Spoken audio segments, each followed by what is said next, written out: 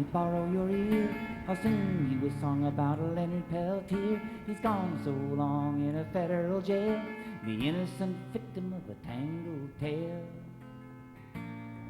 In South Dakota, where the fear has grown, the presidents are watched from a mountain of stone.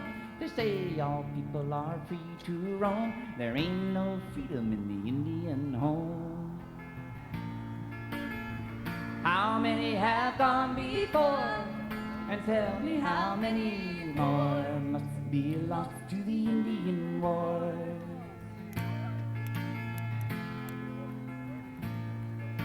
The company spoke to the high command. We read the deeds to the Indian land, to dig for oil and uranium ore, and maybe have to start a little Indian war. The orders came from way on high, and it was a job for the FBI. It won't be hard, all we'll have to do is just cause a little trouble and follow it through.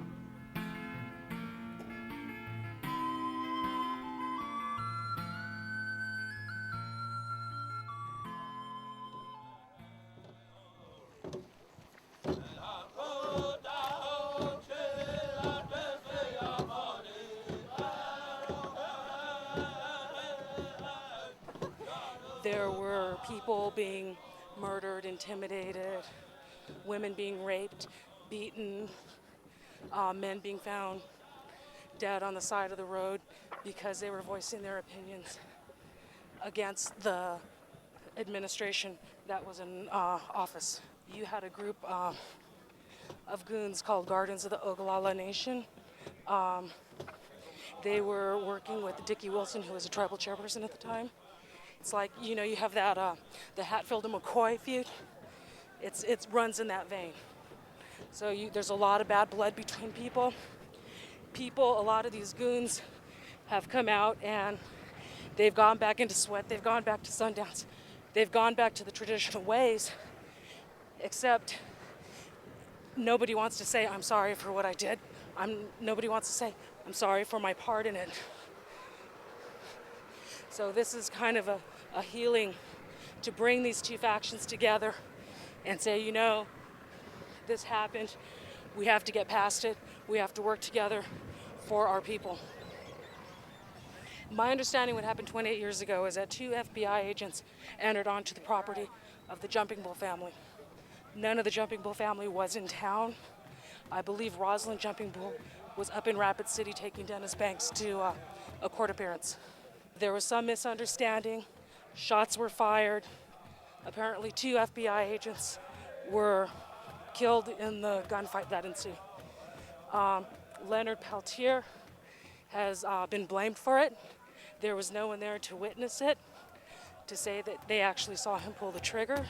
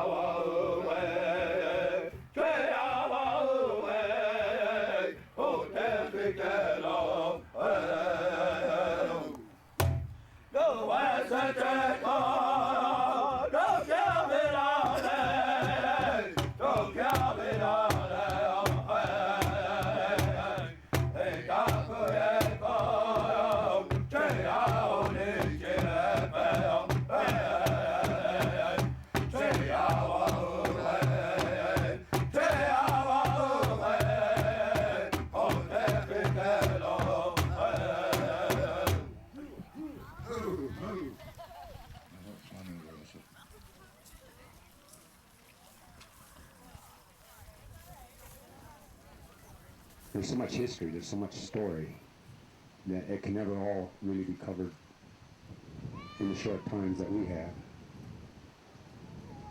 But I'm glad to see everyone here, and I'm really happy that I could be here. It just turned out. Because me, I remember, you know, the most, like I identify a lot with Milok, because we're honoring Milok here on Memorial for her today. And Annie Mae. And I mean, we come from Joseph and where June and Annie Mae are, but the struggle that we've been involved in, this war that was fought, and the way that it was fought 28 years ago, 30 years ago on this reservation. The war is still here and it's still real, but form has changed. It's like we deal with a predator. There's a predator that, it's not just white people and Indians. There's a predator mentality. A predator mentality that Western civilization represents. And it ate up its own people. It put its mentality into white people before it ever got here. It erased, what the predator thing does is it erases the memories. It erases the ancestral memory of the human beings. That's its long-term objective. These battles and these little wars that get fought, the predator has time for that.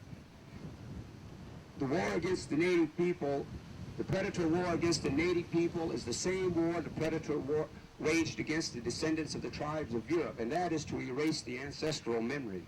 That is to alter our perception of reality. To use violence, poverty, all of the aggressive, bad-behaving ways are used, but all of that is done to instill, make fear the strongest part of our reality, to alter how we perceive reality, to alter how we perceive ourselves and our abilities as human beings. This war remains continuous. This war does not change. They are more dangerous now than they have ever been in this war. The peoples of America, non-native speaking generally, but the peoples of America, they still believe what the predator taught them to believe. They may rebel against it, they may have quarrels with it, but they believe in the predator perception of reality. And the predator perception of reality is that there is something wrong with all of us. There's something wrong with us. We have to obey. We have to listen to them. The predator perception of reality is because there is something wrong with us, we must consume. Because there is something wrong with us, our lives become dominated with fear. And in order to teach our children to think their way through clearly and coherently, then we must think our way through clearly and coherently. What is it that we can help them with beyond just blind hope? What is it that we can help to develop with them that goes beyond wishing and wanting and hoping and all of the fantasy stuff, but gets right down to we know that it would be there. We have pieces of it. We know to keep the culture. We know to keep the memories of the ancestors. I think the next thing is to say, to help them to understand, to help ourselves to understand, to help them to understand, to think the value of our intelligence, to use it as clearly and coherently as we possibly can, because the people that we have come here to acknowledge today, this is what they have in common. Clear and coherent use of the intelligence when it was necessary to do so. And we are here. See, that's the power. That power brings us here, and the people that can't come here, but do remember. See, this is the power that the predator fears. The predator fears people who see differently. The predator fears people who use their intelligence to think. The predator is not afraid of anybody picking up a gun, a bomb, or any other thing because they made them. So the predator does not fear that. That furthers the predator's program. They fear people who think and use their intelligence clearly and coherently. They fear people who do not judge. They fear people who recognize but do not judge. Recognize the reality of the situation, do not judge it. We can't say it, we have to show it. But 5 generations from now, it is not okay to the predator if the Indians have memories of their ancestor, if the Indians still have the memory of the earth as the mother, if the Indians still have understand the reality of a spiritual reality. This is what the predator is out to erase. My good friend here, Tom Porber, has been over helping in Martin ever since we organized, and even involved in some of the marches and some of the other protests we did in Martin before that time. And maybe he'd have a few words to add to our thoughts here.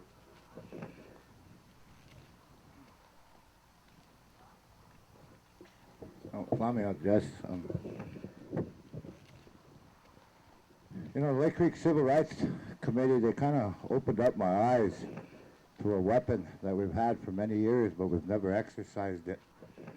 And this weapon could help in Leonard Peltier's case, and a lot of other brothers and sisters that are locked up in the penitentiaries, and of all the unsolved murders that are happening over these inadequate, incompetent investigations in the deaths of our people. And that's our vote.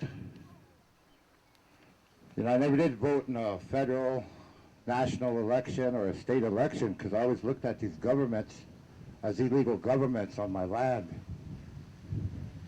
But with the Lake Creek Civil Rights Committee, they opened up my eyes to that weapon, and that's our voting power.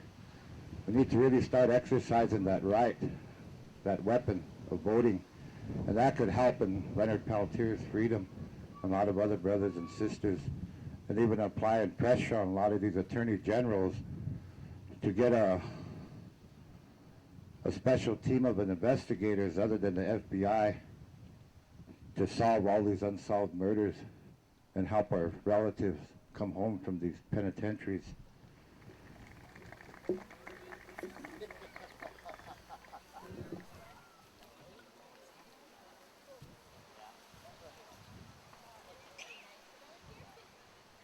Today we're having a little something going for Nilok. Nilok is from here. She's part of my family. All the girls and all the boys that were here for us, they're part of my family. And it really hurted me when she passed away, because I can't be with her. I wanted to be with her, but I can't. I didn't make it. I was here, and it was kind of cold, and so today I just wanted to remember her the way she was. She was a very brave girl, and I wanted to thank John Trudell and Bruce for being here. John came to us after what happened to us here, and he came real strong. I really have a lot of respect for John. And so is Bruce. He helped all of us, and he really helped Leonard. And it really hurts that half of the people that were here are gone. They're passed away, and Leonard can't see them, and that really hurts too. But today, we want to remember Nilok the way she was. She was a good girl. She likes to cook. First time she cooked, I went, they live in that log house, and I went over there, and she cooked oatmeal, and she put raisins in there. Well, next day she cooked, and she fried spuds, and she put raisins in there. And then she cooked beans, and she put raisins in there. And she must have really liked raisins. But, you know, I wanted to remember her like that, you know. She's a lot of fun. All of them are that way. They're a lot of fun, and they really help my folks.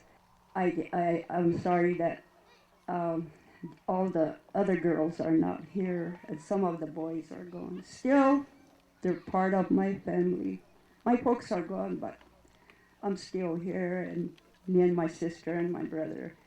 So they're part of our family, and we love them, and they're welcome to come here anytime they want to. And all of you too, you're welcome. All the Leonard Peltier supporters. I know you love Leonard too. You believe in him, and that's really good. I love that. Thank you very much.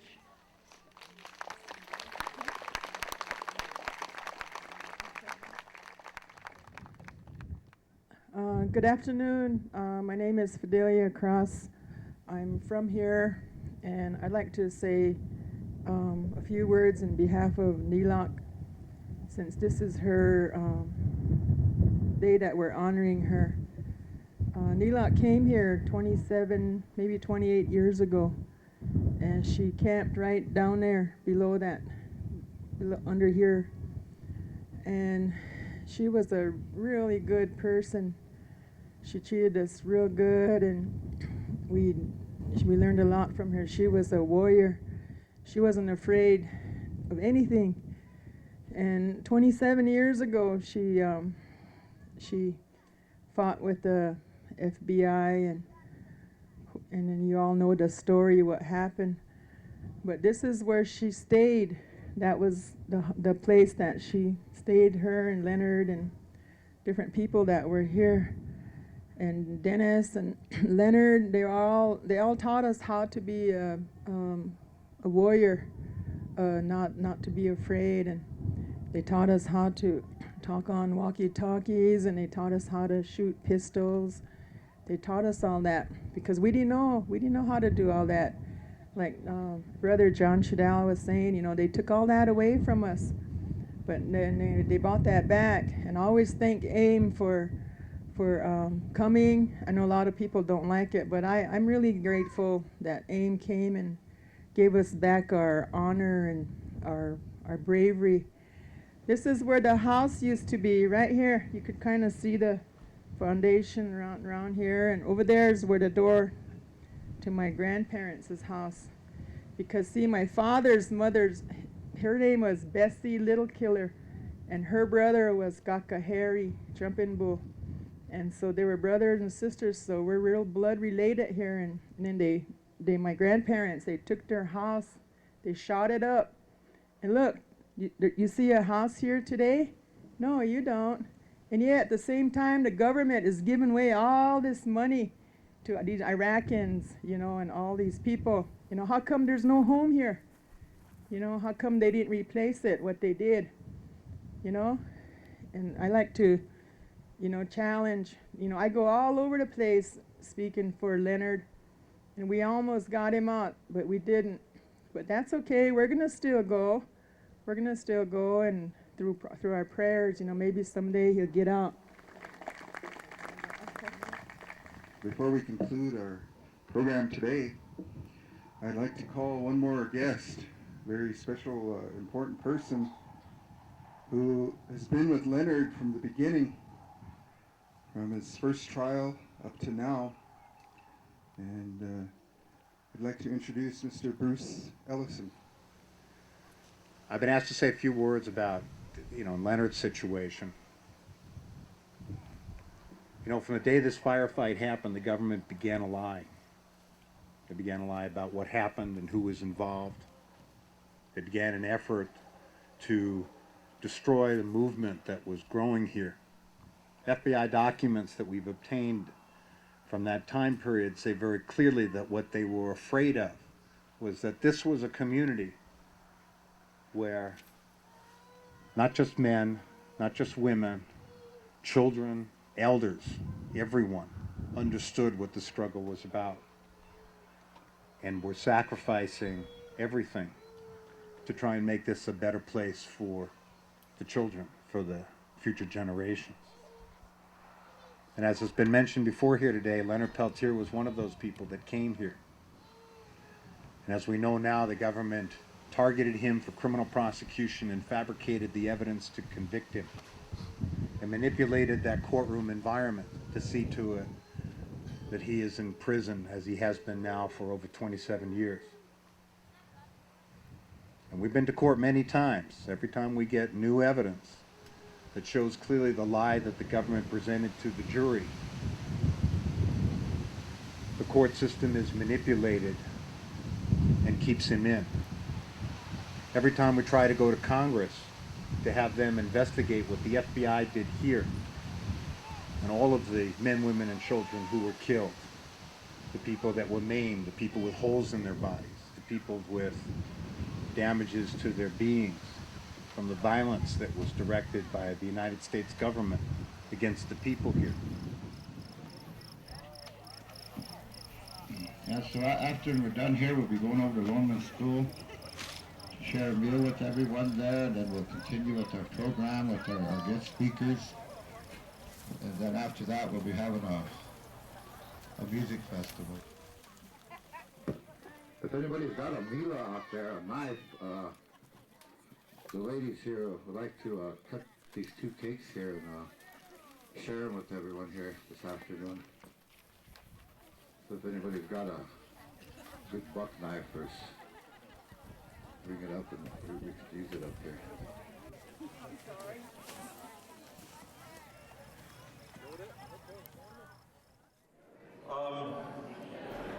What Leonard wanted to pass along to you is the following information.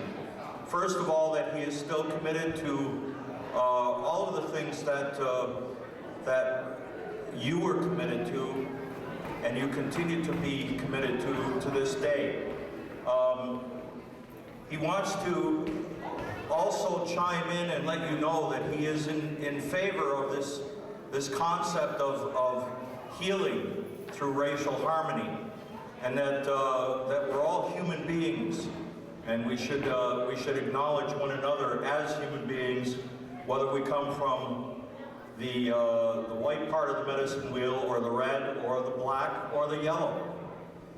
So he wanted me to pass that information along to you. He also wanted me to let you know that overall his feelings, although it seems at times that after 27 years in wrongfully convicted and imprisoned, that there would be a lot of hopelessness. But what he wants to say, and what he asked me to pass along, was that he has a lot of hope for the future, and he has a lot of belief that as human beings that we're going to be able to free him from the prison that he's in. You know, myself, I feel for the victims of the bombing at the courthouse, the federal courthouse in the federal building in Oklahoma. I feel for the people that of the Twin Towers on September 11th, and because my people were also felt terrorist attacks when the 7th Cavalry attacked our villages at daybreak. You know, Wounded Knee, 1890 is one, Sand Creek, where women, children, old people were murdered. You know, at the dawn, before the sun come up, they would attack us. So, you know, we've also experienced terrorist attacks by this government. The U.S. government was But the U.S. government got involved because they were scared of the truth.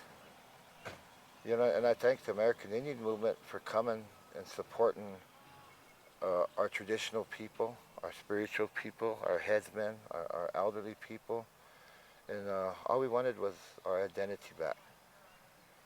And we wanted the treaty issues to be dealt with, of all the treaty violations, the human rights violations that were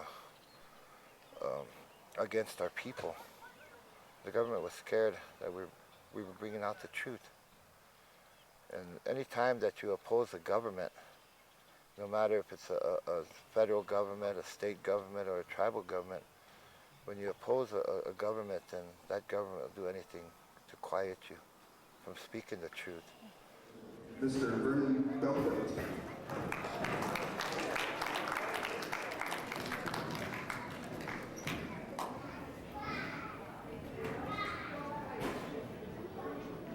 In 1972, when we were on the trail of broken trees, and there are many elders here today, as younger people, like many of us were there, we drafted a manifesto calling for restitution, reparations for the war crimes, restoration of lands, for a reconstruction of an Indian future in America.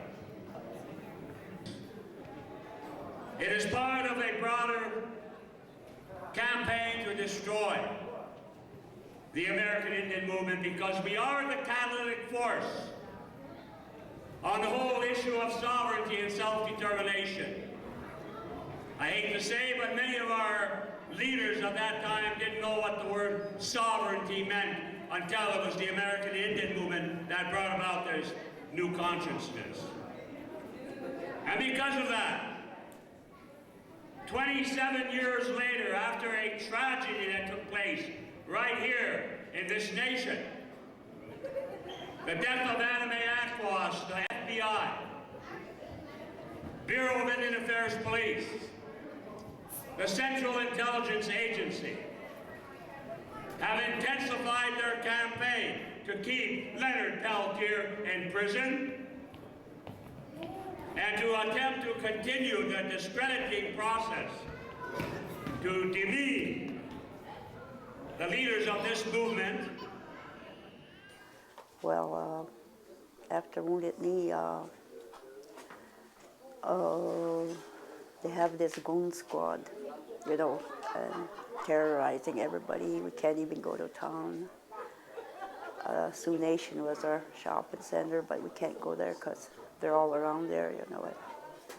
And they'll chase us away or, you know, do things to other people, you know. They hit them and stuff like that. And so, and then they go, you know, they terrorize people. They told us not to have gatherings. We can't, you know, have no meetings or nothing. We can't even visit our neighbors. They told us not to have gatherings, no kind of gatherings. They put a stop to everything.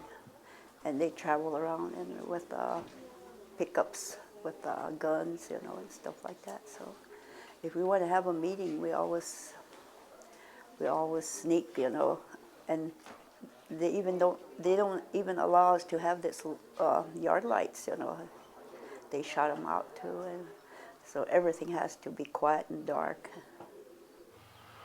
To really talk about the days or the years of the Reign of Terror really brings a lot of sadness and sorrow to me because of a lot of traditionalists, a lot of supporters of the American Indian movement were killed or harassed or their houses shot up or burnt up.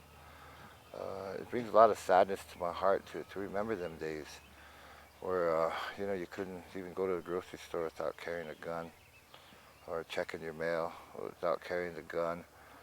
And but we had to pick up the gun to defend ourselves, to defend our families against the FBI, against the goon squads. One side was armed, and the other side wasn't allowed to be armed. And the side that was armed? We're basically, it was done through the Bureau of Indian Affairs Police and the tribal police, but the directors behind it were these FBI people that came in and set all of this in motion.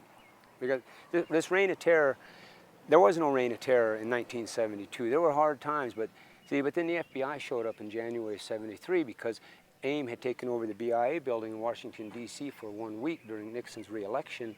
So they were really angry at us. But they couldn't deal with us in Washington, D.C. because there was too much scrutiny. So when we left, and the FBI came to Pine Ridge in January of '73 and started arming the police and training them and just using the police to fight a political war against the AIM activists and their traditionalists who were their base of support.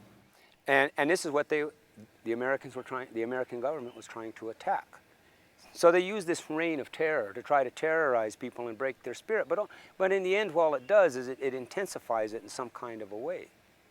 You know, and because, and like that one day in June in 1975, at that firefight, it has a lot of symbolism because the people fought back. You know, in a situation where they were truly outnumbered because for 2.5 years this war had been being waged against them. One of the founders of the Indigenous Women's Network. So I'd like to introduce and welcome a very special guest, Oglala Commemoration. I'm just going to say a few words.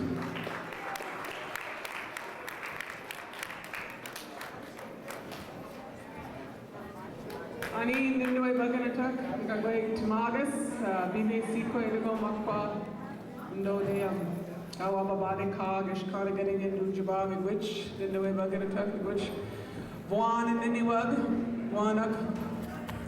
Thank you again for the honor of being here tonight. with you in this day, and also on behalf of our relative Nilak.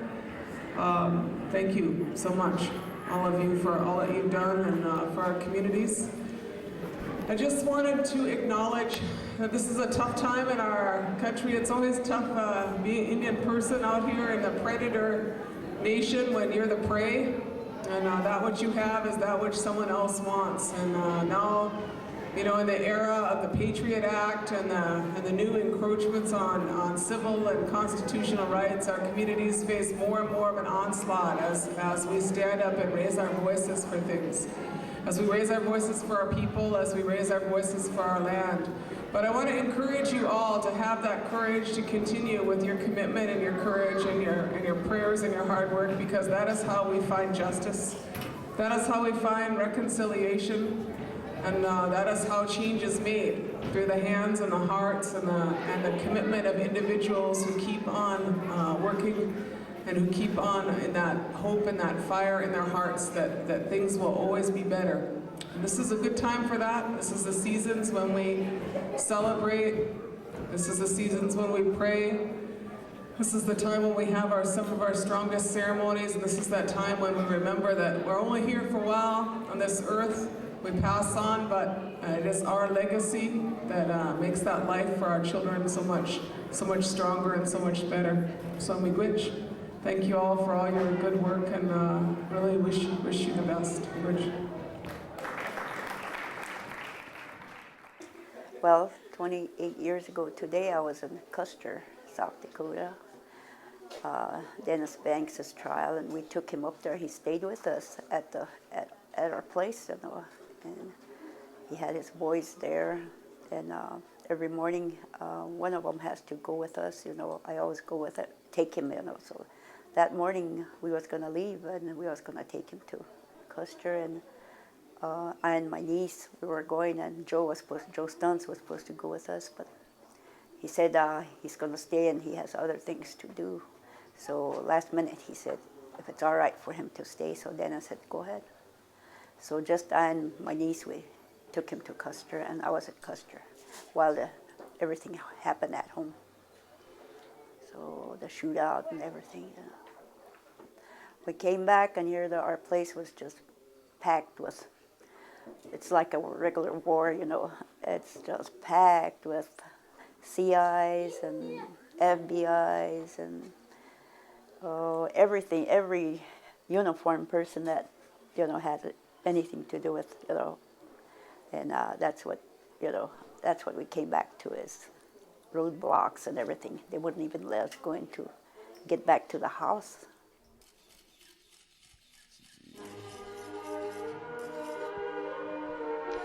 See, I gotta put down for my natives nationwide. Stay up in your game. Stay focused on your task at hand. Cause you know, nowadays we all struggling. Gotta make that bank somehow, some way. Gotta pay that rent, gotta do your thing. Just handle your business, cause I'm about to do mine. So it's about that time for me to step to that game hella smooth with that bomb song, getting that bomb right. I'm manipulating metaphors to get my point across, cause I'm running and gunning, ducking and dodging and dodging my game up in your dome, making my nigga out your brain like cocaine, cause I'm the main man with a master plan, staying focused on my task at hand, cause all these record labels jockeying the mic, flossing these bikes riding, gliding, slipping and sliding at the show with the cash flow, with the petrol, cause the ass glow, with the metro, with the minute. So what's it? I'm just living this life one step at a time, taking things lightly in the fast lane, cause life's too short. So why you tripping on my clothes, my ride, my eyes, and my dots, try to fade the flame, cause you know I'm staying in the zone, hella smooth, kicking on these flows and representing for the L to the A to the K to the O, T to the A, all day long. They can't stop my flame, cause I'm creeping with a whole load of soldiers, moving through the night like a phantom, unseen and unheard until the moment of impact. You know you feel that, it's gonna be coming up in this game, dropping it down like a bomb, holding microphone in my palm like they palm. As I keep my calm and keep on going all night long. When I step into that microphone, I'm shoulder hypnotizing, cause we coming with that zone, coming with that rhyme out of time. So it's got that time for me to step to that game hella smooth with that bomb song in that bomb rhyme right on time to the beat, manipulating metaphors to get my point across, cause I'm coming up in that game hella smooth, time after time. Got to dose you with that rhyme, cause we coming up in this situation, staying true to the game. Can't stop this flame, cause we representing all our natives to the fullest. building up these soldiers nationwide. Time after time, have a battalion ready to break through the night. Got the road on their warpath, and they can't stop my flame, cause I'm creeping with these soldiers down to ride all night long. We coming up in this situation, putting it down time after time. So it's about that time for me to step to that game hella smooth with them bomb songs and them bomb rocks, manipulating metaphors to get my point across. Cause I'm running and gunning, ducking and dodging and lodging my game up in your dome, making my name grow out your brain like cocaine. Cause we moving through the situation like the main man. Leonard was a friend of our family. He was actually adopted as a son in the Indian way by my grandfather, my grandparents, and so he was like a family member. And he came at a time when no one else would.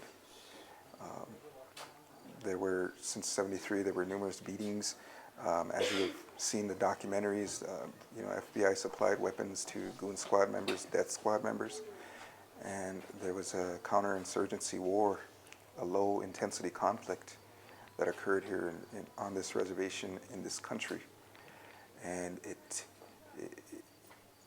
it was the focus for a while of international government, and in order to keep that focus, we maintain a constant vigil for Leonard Peltier, so that the world and the world people of the world could really understand the focus that Leonard was imprisoned because of defending helpless, innocent women and children.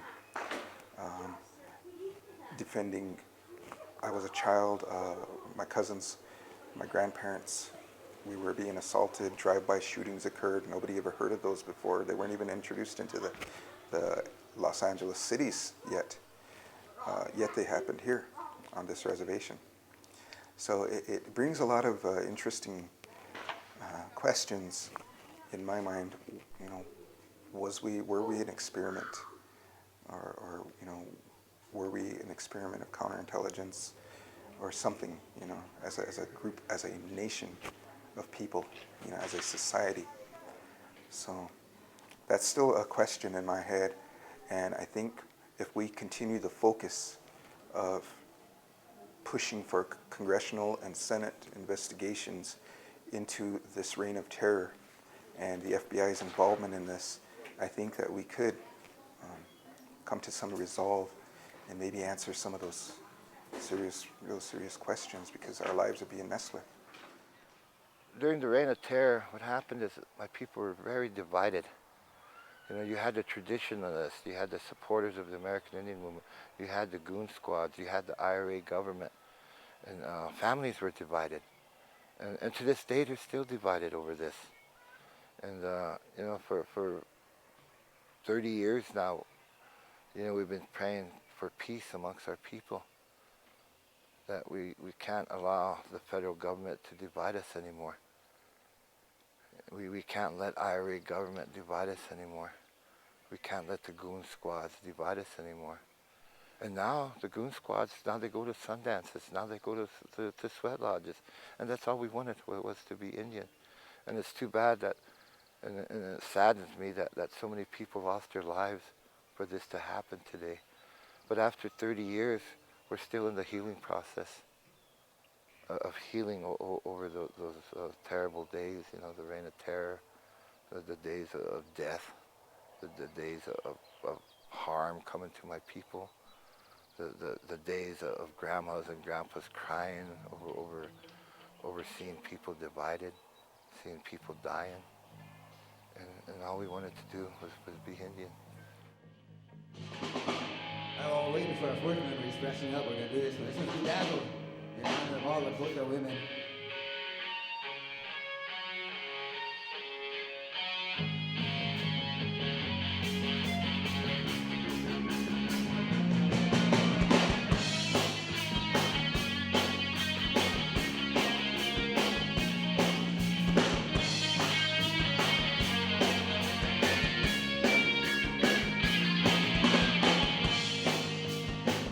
You're something of an icon.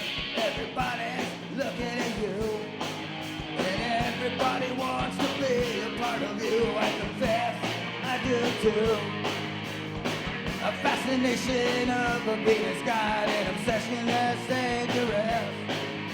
So listen up, my friend, you better think again. He's gonna tear your world around.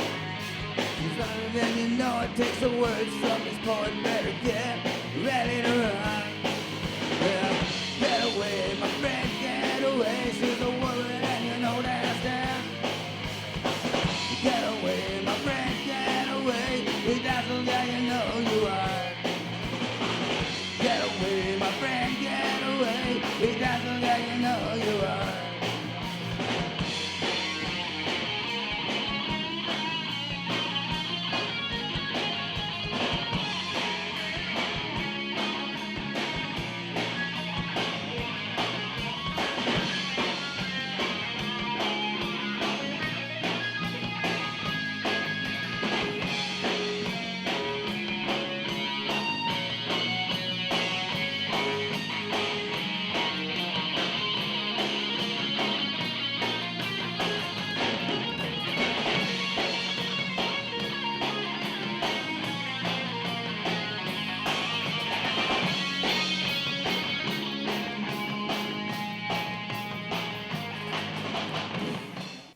Our consciousness needs to be healed.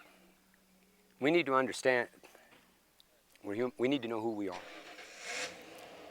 We're human beings. Human, the bone, flesh, and blood. Our DNA, metal, mineral, liquid. All right? So we're shapes of the earth. We have being. The trees, everything of the earth is made up of the same DNA, same metal, mineral, liquid. So all things of the earth are shapes of the earth. We have being. And our being comes from our relationship to the sky and the sun. Because literally sunlight, the rays of light that are the sun, that's literally that's sperm that brings life to the water-bearing womb that is the earth. So the being part of us is connected to this universe and this earth. And all things have that. All right? And our relationship to power is connected in recognizing that that's who we are. And we were given intelligence. Along with life, we were given intelligence, and intelligence for a human being. This is our medicine, our protection, our healing. This is our way to keep balance in evolutionary reality, generationally, individually. How clearly and coherently we use our intelligence. A lot of the young people my age who were victims of this reign of terror have approached me and said, let's not let this happen again to our kids. So how are we going to not let this happen? We not let this happen by not allowing history to repeat itself. So we repeat history. We constantly hold this vigil to push that history, our history, oral history, to our people. And we remind them, a reminder of what happened, what could happen if we forget it. We could forget it. That's the healing process right here. We could forget what happened here by seeking atonement. If the goons who assaulted us, killed us, slaughtered us, if they would come forward with public apologies, that would be a tremendous step in this healing process. And then when we're talking about this healing process and that big step with the goons, we're also talking about this investigation, you know, and a congressional and Senate hearing to heal, you know. I can't explain it any other way. But yeah, that's kind of like the focus. So we can't lose the focus. The focus is that the American Indian movement is seeking justice for us as people, as a nation under siege, and as a nation that is wounded and cut or bleeding. And to stop the bleeding, you put pressure on it, and then you cover it. And then the bleeding stops. You let the air, the wind, the elements go through it, and it scars up by itself. Just like the Sundance, you know. You pierce, and you think you're going to bleed to death, but you don't, because the wind and the earth and your your prayer, the power in your mind will heal it. One of these certificates left, and it reads, in recognition of their outstanding work to bring the real issues to the media, and in support of Leonard Peltier to let our voices be heard, presented on June 26, 2003, the Oglala Commemoration Committee would like to award a certificate of appreciation to the members who are here from Free Speech TV. They are here filming this entire event. They're going to put it on TV.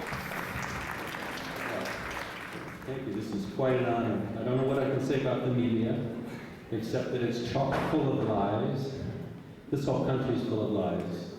That's why it's so important for us to be able to come here and talk to you and listen to you. The lies are so big, they're like going to fall off the tree any minute, and we want to be there with our cameras when they do. Thank you. And I wanted to sing a song because I thought of Anna Mae and my youngest granddaughter. She's 3 months old. My daughter read Anna Mae's book, and she said, I'm going to name my baby after this brave woman. So my granddaughter's name is Anna Mae Alexis Whiteplum. She's 3 months old. So every time I see this baby, I think of my sisters and the many unsolved murders here. And I know someday we'll have justice because they told us that someday when we die, we're going to go spirit world. But I wonder, how about our Christian people? They say that that's getting overcrowded. It's like purgatory. There's no more room. So that's why I tell kids, learn this other way. Learn the Chinoopa way. It's going to make you strong. So if any of you guys want to wake up and dance, the song is to the sisters. I'm from Wounded Knee, FBI, they shot at me, and the federal government ran away. If you'll stand beside me, we will stand forever.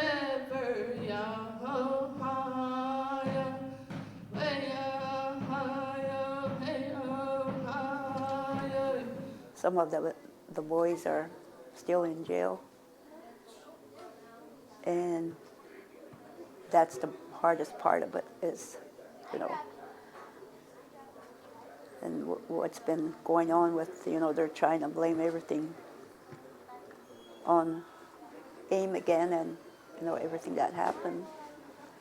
And I don't know if we'll ever get over this. I don't know. It's kind of sad, but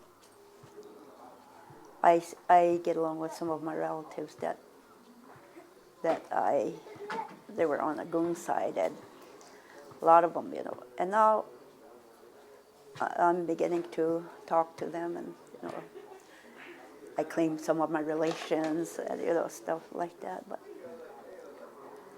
it's kind of hard. Other things, a lot of things that happen, it really hurts